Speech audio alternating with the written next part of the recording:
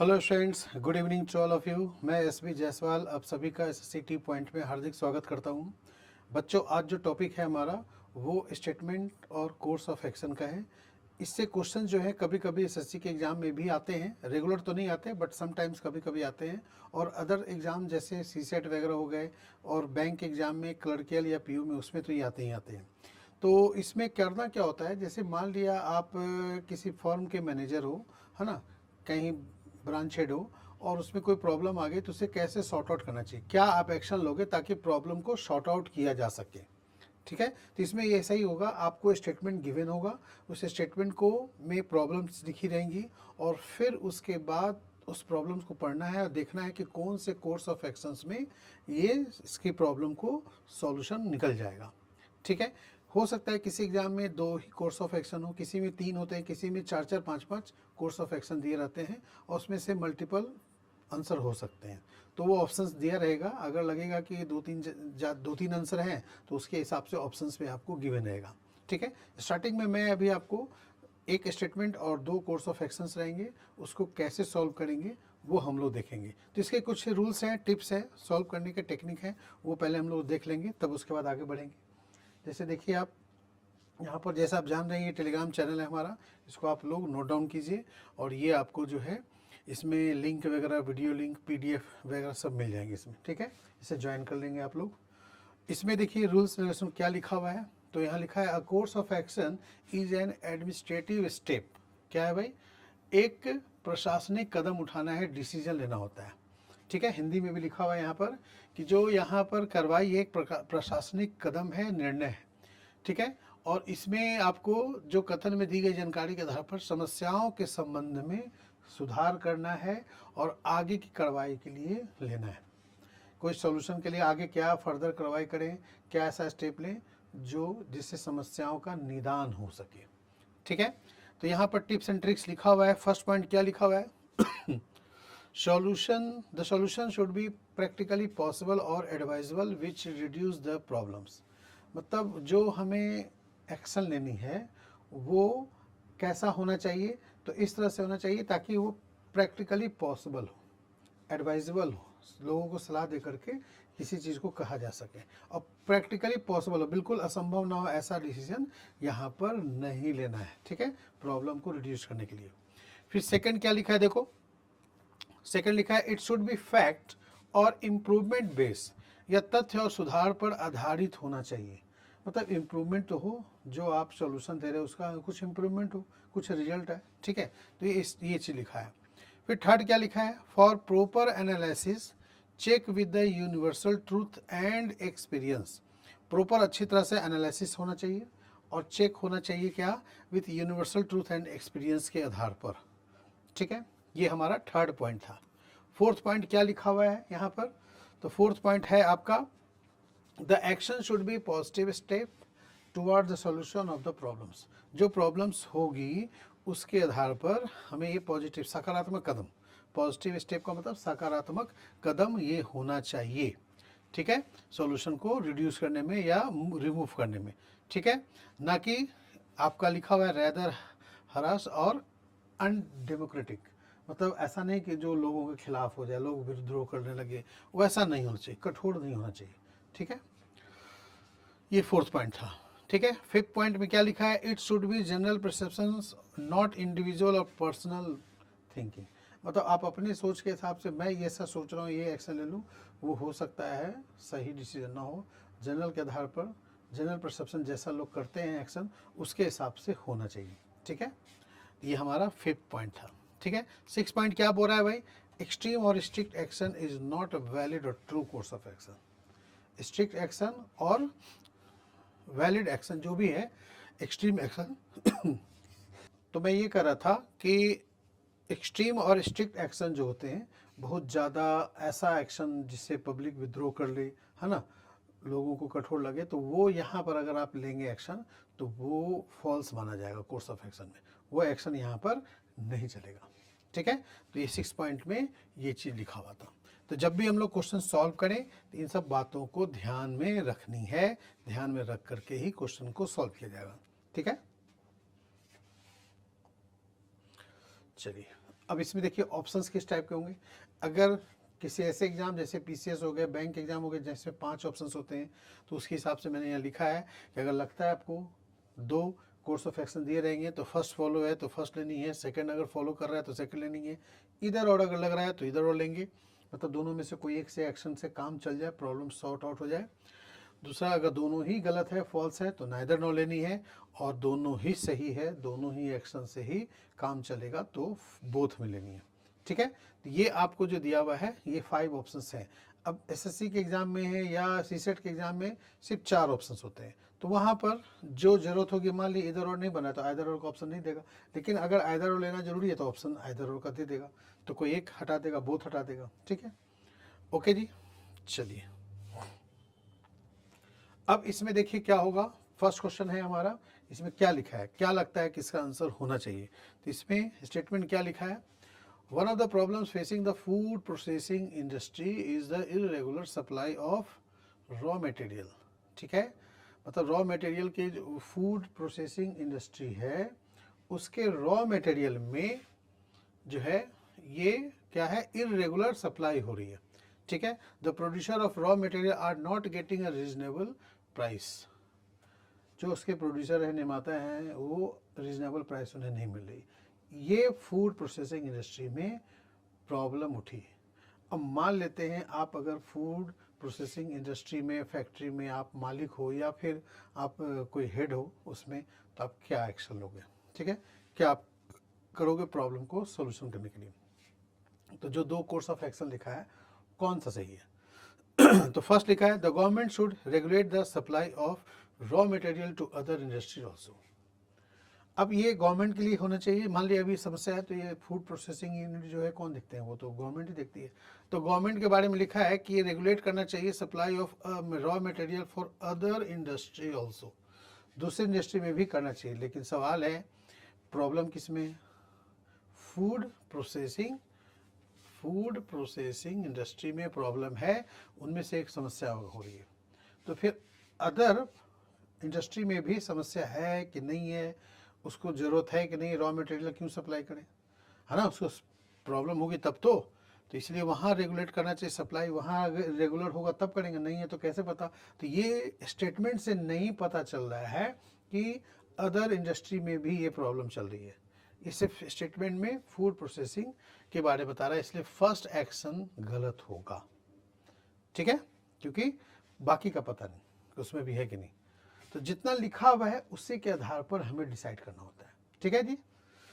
Second क्या लिखा है, the government should announce an attractive package to ensure regular supply of raw material for food processing industry.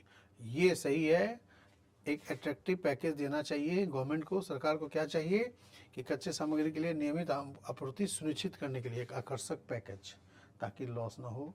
ठीक है, किसी को काम चलता रहे, ठीक है, और रीजनेबल प्राइस भी मिले। तो इसका आंसर क्या बनेगा भाई, तो ओनली सेकंड फॉलो। क्या लिखेंगे हम लोग, ओनली सेकंड फॉलोज। ठीक है, क्लियर हो गया। चलिए नेक्स्ट। फर्स्ट देखिए, इसमें क्वेश्चन में क्या है, the officer in charge of a company had a hunch that some money was missing from the safe। एक ऑफिसर इंचार्ज को, किसी कंपनी के ऑफिसर इंचार्ज को ये लगा कि अलमारी में रखे कुछ पैसे गायब हैं, मतलब उसको आभास हुआ, ऐसा लगा, श्योर नहीं है वो। ठीक है, लेकिन फिर वो क्या एक्शन लेगा। तो फर्स्ट लिखा है he should get it recounted with the help of the staff and check it with the balance sheet. उसे अपने स्टाफ की मदद से क्या करनी चाहिए, तो बैलेंस शीट को मैच करनी चाहिए, है ना, चेक करना चाहिए अच्छी तरह से। ठीक है, और फिर इसके बाद बैलेंस शीट जांचना चाहिए कि ये कैलकुलेशन में कहीं गड़बड़ तो नहीं है, हो सकता है पैसा सही हो, कैलकुलेशन में लिखने में टाइपिंग में कुछ एरर आ गया हो तो उससे सही हो जाएगा, है ना, वो चेक करना चाहिए।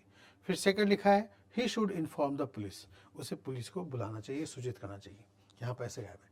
तो देखिए उसको कंपनी के जो ऑफिसर इंचार्ज हैं उन वो श्योर नहीं है, उसे डाउट है, उसे लग रहा है कि पैसे मिसिंग है। तो उसके लिए पहले क्या करेगा, डायरेक्ट पुलिस को बुला क्या करेगा भाई, पुलिस कहेगी चेक कीजिए पहले, बैलेंस शीट मिलाइए, और फिर ठीक हुआ तो फिर बेकार हो गया। इसीलिए सेकंड यहाँ पर रॉन्ग है। पहला काम क्या करना है, पहले करना है कि बैलेंस शीट मैच करो, फिर से काउंटिंग करो, ठीक है, ताकि समझ में आए कि वाकई में पैसा मिसिंग है या बैलेंस में कैलकुलेशन में गड़बड़ है। अगर कैलकुलेशन में गड़बड़ है तो फिर पुलिस बुलाने का मतलब नहीं बनता, और अगर कैलकुलेशन सब सही है, पैसा वाकई में गायब है, तब पुलिस को बुलाएंगे ना। तो ये तो हमें पता ही नहीं है ना, कंपनी इंचार्ज को भी नहीं पता, वो श्योर नहीं है। तो इसलिए ऐसे केस में पहले तो यही काम करेगा। ये तो बात का चीज़ है, हो सकता है इसकी ज़रूरत भी ना पड़े, इसलिए फर्स्ट आंसर लेंगे, ऐसे आप बोथ नहीं लेंगे कि ये करेगा फिर ये भी करेगा। भाई गड़बड़ होगी, मिसिंग होगी पैसा, तभी तो वो करेगा। इसलिए only first answer. Next question देखिए क्या लिखा है। शहर में पानी की आपूर्ति करने वाली सभी झीलों के जल स्तर में उल्लेखनीय गिरावट आई है। जितने भी जो वाटर सप्लाई होती है उसके वाटर लेवल में क्या हुआ है, शहर में जितने भी हैं, ठीक है, झील में वो लेवल नीचे का चला गया है, तो जिससे सप्लाई में क्या हो रही है, दिक्कत हो रही है, ठीक है। तो यहाँ पर गिरावट आ रही है बार बार, तो अब क्या करें भाई सोल्यूशन के लिए। अगर आप जल अधिकारी हो तो आप क्या करोगे, सोचो, ठीक है। तो फर्स्ट में लिखा है water supply authority should impose a partial cut in supply to tackle the situation. Situation को टैकल करने के लिए वाटर सप्लाई अथॉरिटी को क्या करना चाहिए, तो पानी के सप्लाई में कटौती करनी चाहिए। तो बिल्कुल सही है, आंशिक कटौती, पूरी तरह से नहीं, एकदम सही है। भाई अब क्या करेगा, अब मान लेते हैं सुबह 4 घंटे और शाम 4 घंटे पानी की सप्लाई होती है, तो वो क्या करेगा भाई, 3-3 घंटे करेगा, 2-2 घंटे करेगा, ठीक है वो। और फिर इसके लिए पब्लिक को भी तो बताना पड़ेगा, अवेयर करना पड़ेगा कि वो पानी को बर्बाद ना करें, पानी को स्टोर करके रखें, ये सब भी तो करना पड़ेगा। तो जो सेकंड लिखा है, government should appeal to all the residents through mass media for minimum use of water. कम से कम पानी का यूज करें, बर्बाद ना करें, स्टोर करके रखें, ये सब सारे चीज़ में आ जाते हैं, ठीक है। आपने देखा होगा पेपर वगैरह में, कुछ इलाके में पानी की समस्या होती है तो न्यूज आता है कि इस तारीख को पानी की सप्लाई नहीं होगी, पहले से कृपया स्टोर करके रखें, ठीक है। तो ये ऐसा होता है, और ये दोनों ही एक्शन सही है, ठीक है। तो यहाँ पर आंसर होगा बोथ 1 and 2, ठीक है, दोनों ही यहाँ पर एक्शन सही है। अब ये भी नहीं सोचेंगे, कुछ लोग सोचते इधर और लेते हैं कि दोनों में से कोई एक काम करे, या तो पार्सल कट करे या तो पब्लिक को ही बोले पानी यूज ना करे। भाई पानी की जरूरत तो सबको होती है, हाँ ये करेगा थोड़ा कम यूज करेगा और थोड़ा बचा के रखेगा, बर्बाद ना होने दे, स्टोर करके रखेगा, ये कर सकता है, ठीक है। लेकिन ऐसा नहीं कि खाली इससे काम चलेगा, दोनों ही जरूरी है, ठीक है जी। ओके, नेक्स्ट क्वेश्चन देखिए क्या बोला है। वायु प्रदूषण का बढ़ता स्तर शहरों में रहने वाले लोगों के लिए स्वास्थ्य संबंधी खतरे पैदा कर रहा है। जो एयर पोल्यूशन के जो बढ़ते हुए लेवल हैं, जैसे अभी दिल्ली वगैरह में ऐसी हुई थी, ठीक है, ये एयर पोल्यूशन क्या हो रहा था भाई, पूरा लगातार बढ़ रहा था, ठीक है, जिससे लोगों में हेल्थ हजार्ड्स की समस्या हो रही थी, हेल्थ की, ठीक है। तो फर्स्ट क्या लिखा है, all industry should be shifted to the outskirts of the city. जितने भी शहर में शहर के बाहर जितने भी इंडस्ट्री है शहर के अंदर, उन सबको शहर के बाहर शिफ्ट कर देना चाहिए। हिंदी में ये लिखा है ना, क्या लिखा है, सभी उद्योगों को शहर के बाहरी इलाकों में स्थानांतरित कर देना चाहिए। क्या ये इमीडिएट एक्शन है, क्या इसमें टाइम नहीं लगेगा, और फिर पॉसिबल है क्या, ऑल लिखा है यहाँ पर, सारे इंडस्ट्री को ले जाना पाना, शिफ्ट करना संभव है। यहाँ सम रहता, में नहीं रहता तो चल जाता, मोस्टली भी रहता चल जाता, बट यहाँ पर ऑल लिखा है, नहीं है पॉसिबल, इसलिए फर्स्ट जो है वो रॉन्ग है, ये एक्शन सही नहीं है, ठीक है। कि सभी इंडस्ट्री को आप शहर के बाहर शिफ्ट कर दीजिए, इतना आसान नहीं है, व्यवस्था करना पड़ेगा, उनको जगह देनी पड़ेगी, ज़मीन अवेलेबल करानी पड़ेगी, फिर धीरे धीरे वो शिफ्ट होंगे, बहुत टाइम लगेगा, ठीक है। अभी 2-3 महीनों में तो इतना जल्दी होना नहीं है। जैसे अभी दिल्ली में चल रही थी अभी पोल्यूशन, तो सरकार ने क्या किया था, ऑड इवन लागू कर सकती थी, स्कूल कॉलेज को बंद कर सकती थी, कंस्ट्रक्शन का काम रोक सकती थी, जितने भी कंस्ट्रक्शन का काम चल रहे हैं हर जगह वो रोका जा सकता था, है ना। 10 साल पुरानी गाड़ियों को आवाजाही में मना किया जा सकता था। बाहरी से आने वाले जो ट्रक हैं वो सब आते, वो सब भी शहर में घुसने से प्रतिबंध किया जा सकता था, उतना तक चलेगा। लेकिन पूरा इंडस्ट्री को उठा करके करना, ये सब क्या है, लॉन्ग प्रोसेस है, ये धीरे धीरे होगा।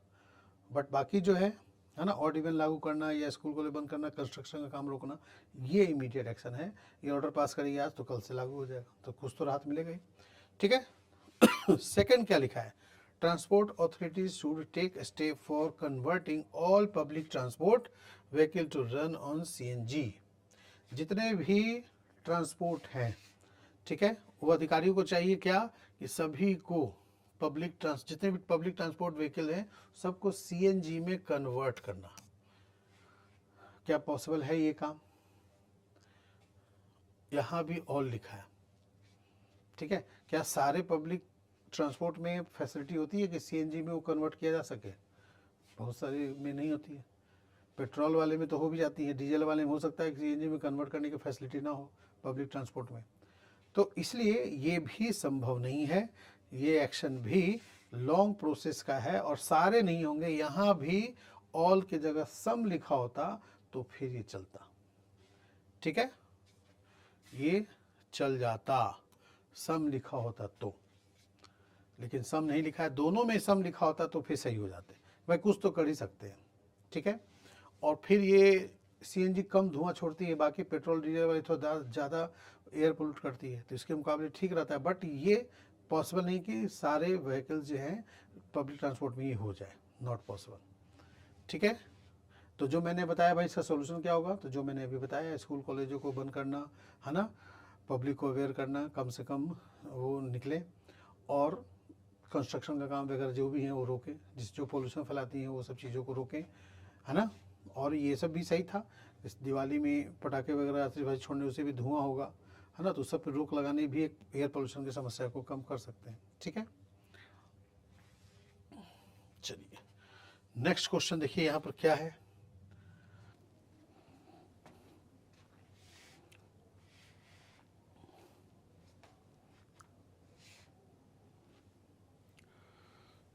हाँ, तो देखिए इसका आंसर फिर क्या होगा। इस क्वेश्चन में क्या बोला है, kharif crops have been affected by the insects for consecutive 3 years in the district and farmers harvested less than 50% of produce during these years. ठीक है, जिले में लगातार 3 वर्षों से खरीफ की फसल कीड़ों से प्रभावित हुई है और किसानों ने इन वर्षों के दौरान 50% से कम उपज का उत्पादन किया है। ये समस्या है खरीफ फसल के साथ, किसानों की समस्या ये, ठीक। तो अब एक्शन क्या लें भाई ताकि इनकी समस्या का निदान हो सके। तो फर्स्ट क्या बोला है, the farmers should seek measures to control the attack of insects to protect their crops next year। मतलब किसानों को अगले वर्ष अपनी फसलों की रक्षा के लिए कीड़ों के हमले को नियंत्रित करने के लिए उपाय करना चाहिए।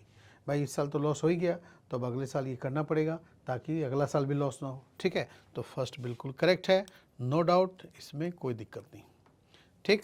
फिर क्या लिखा है सेकंड में, देखिए आपका, the government should increase the support price to kharif crops considerably to protect the economic interests of farmers. ठीक है, फार्मर के जो भी इसमें आर्थिक हितों की रक्षा के लिए सरकार को क्या करनी चाहिए, तो लिखा हुआ है खरीफ फसलों का समर्थन मूल्य काफ़ी बढ़ा देना चाहिए। ठीक है, ये भी सही है, इससे कुछ तो लॉस से कवर होगी, ठीक है ना। तो नो डाउट सेकंड भी सही है, ठीक है। तो समझ में आ रही है बात, यहाँ पर दोनों ही यहाँ आंसर होगा। इस आंसर क्या लेंगे, बोथ में आंसर लेंगे, ठीक है जी। ओके, नेक्स्ट क्वेश्चन चलें। और भी अच्छे अच्छे क्वेश्चंस हैं, कुछ क्वेश्चंस ऐसे भी हैं जो किसी एग्जाम के, ज़्यादातर इसमें क्वेश्चन वही दिए गए हैं जो किसी एग्जाम में आए हुए क्वेश्चन हैं, ठीक है। तो फर्स्ट देखिए यहाँ पर क्या लिखा है, पहले स्टेटमेंट पढ़ लें उसके बाद देखते हैं। अंतर्राष्ट्रीय बाजार में कच्चे तेल की कीमतों में एक महीने में लगभग 40% की वृद्धि हुई है और इसमें कोई गिरावट दिख नहीं रहा है। मतलब कंटिन्यू चावल डाउन ट्रेंड जा ही नहीं रहा है, वो 40% तक बढ़ चुका है, हो सकता है अब इससे ऊपर भी जाए।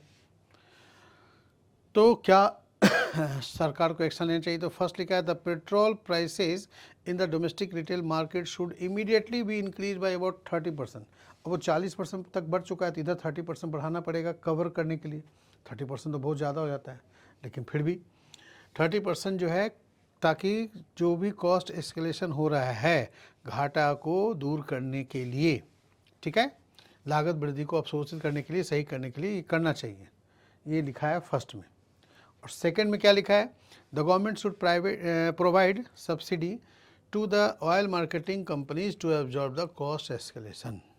सरकार को चाहिए कि वो सब्सिडी प्रोवाइड करे, ठीक है, ताकि जो भी ये घाटा हो रही है वो लॉस हो सके। अब देखो यहाँ पर लॉस कवर करने के लिए 30% बढ़ा दो तब भी चल जाएगा, या सब फिर सरकार क्या करना चाहिए, सब्सिडी देना चाहिए।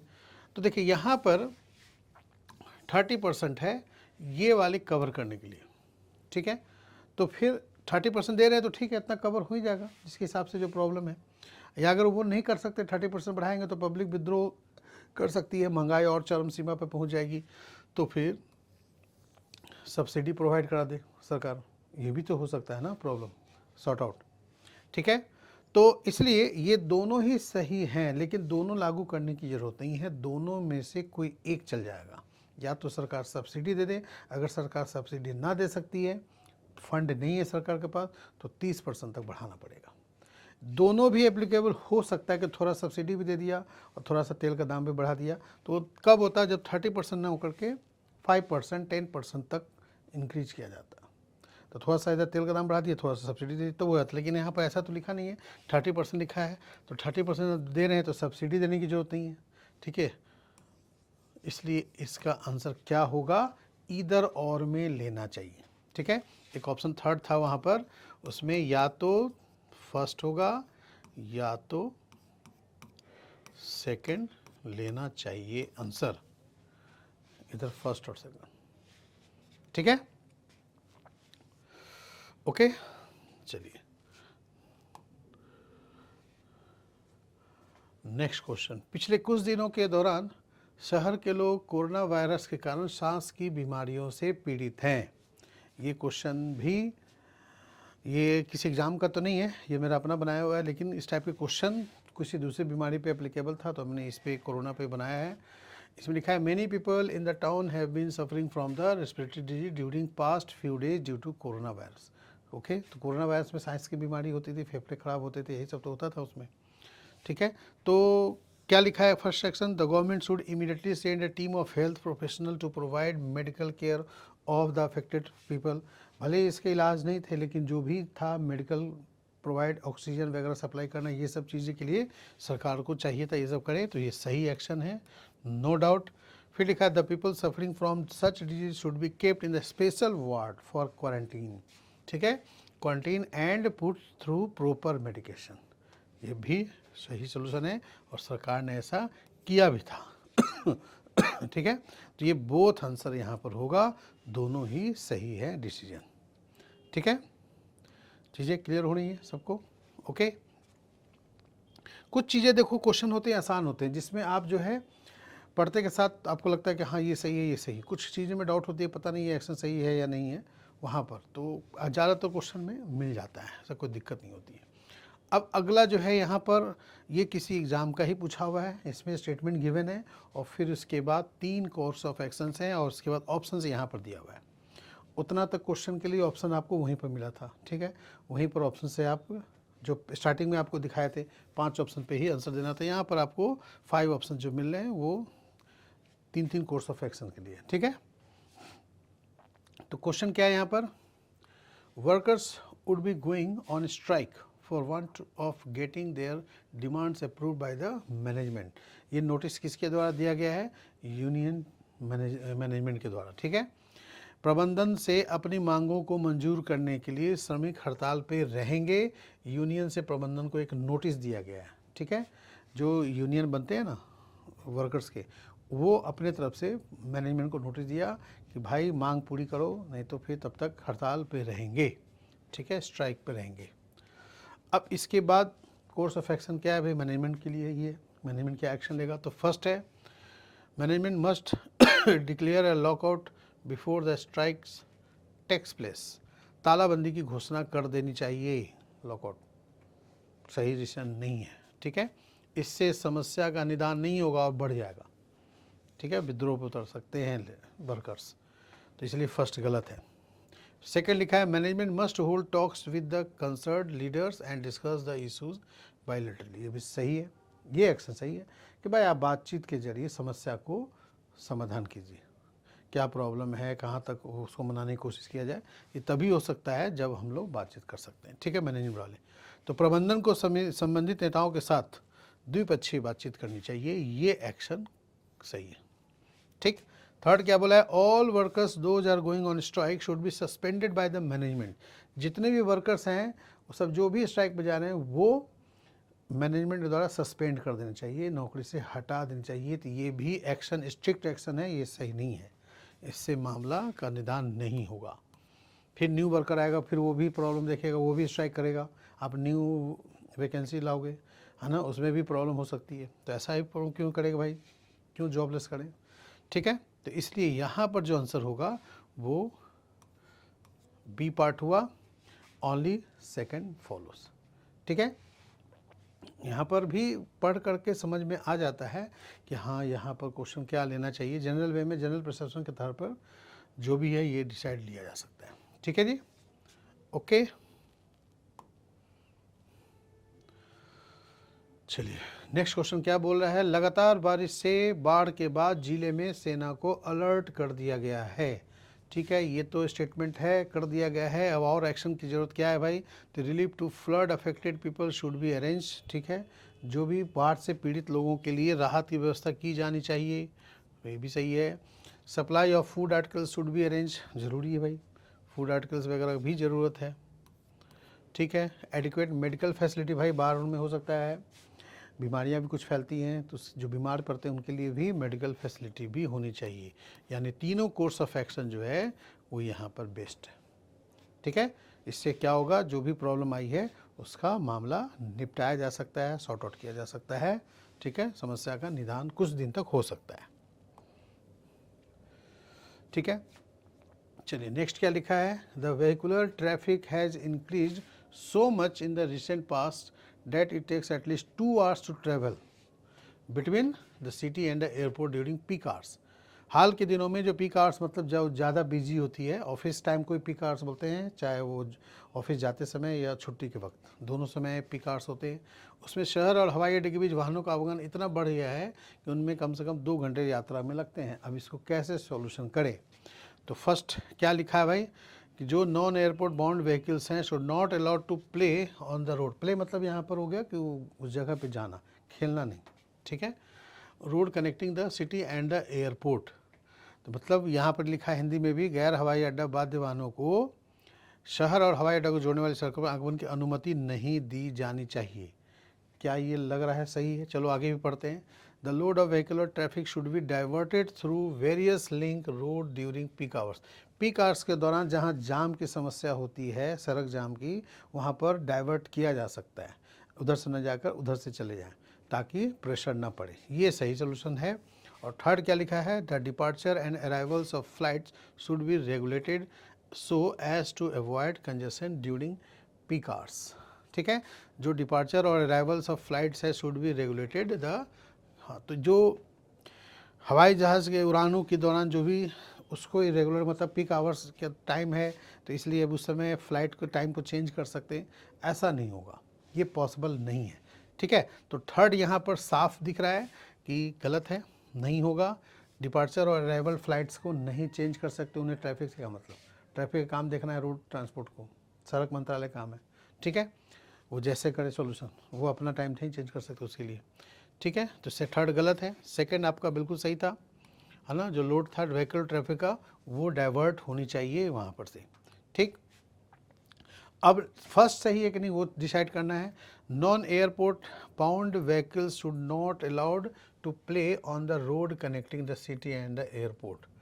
यहाँ पर नॉन एयरपोर्ट बाउंड, जो एयरपोर्ट, देखो होता क्या है कि मैं ऐसी जगह ऑफिस जा रहा हूँ जहाँ वो एयरपोर्ट के रास्ते से ही जाना पड़ेगा, तो उस केस में अगर वो अलाउड नहीं करेंगे तो फिर मैं ऑफिस कैसे जाऊँगा, या मैं अगर डॉक्टर हूँ और हॉस्पिटल उस एरिया में है तो फिर मैं कैसे जाऊँगा पेशेंट को इलाज करने।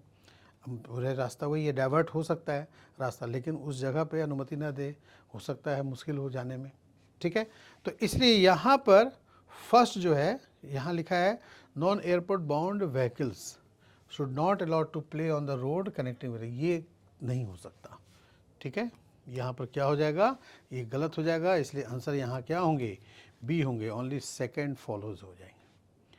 ठीक है, एयरपोर्ट नहीं जाना है तो फिर उस एरिया में क्यों जाए भाई, उस एरिया में नॉन एयरपोर्ट में और भी तो चीज़ें होती हैं भाई, उसमें वर्कर्स हो सकते हैं, उसमें और हॉस्पिटल वगैरह आसपास हो सकती है, हो सकता है उसमें कोई इमरजेंसी ऐसा ऑफिस वगैरह हो, कुछ खाने पीने की चीज़ होटल वगैरह हो, वो सब भी जाएगा आदमी, उसके वर्कर जाएंगे तो अलाउ तो करना ही पड़ेगा, कैसे रोक देगा, तो काम ही बंद हो जाएगा पूरा एयरपोर्ट के आसपास का। तो इसलिए बिल्कुल बाउंड नहीं कर सकते व्हीकल को, अलाउ नहीं करें, ऐसा नहीं, कम हो सकता है तो डाइवर्ट करना ज़्यादा सही है, बंद ना करके आप ठीक है उधर जाइए, दूसरे रास्ते से होके जाइए। ठीक है जी, तो इसलिए ओनली सेकंड यहाँ पर सही होगा।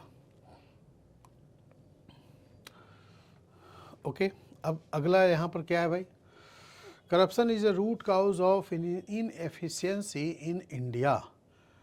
भारत में अक्षमता का मूल कारण क्या है भाई, तो भ्रष्टाचार है, करप्शन है।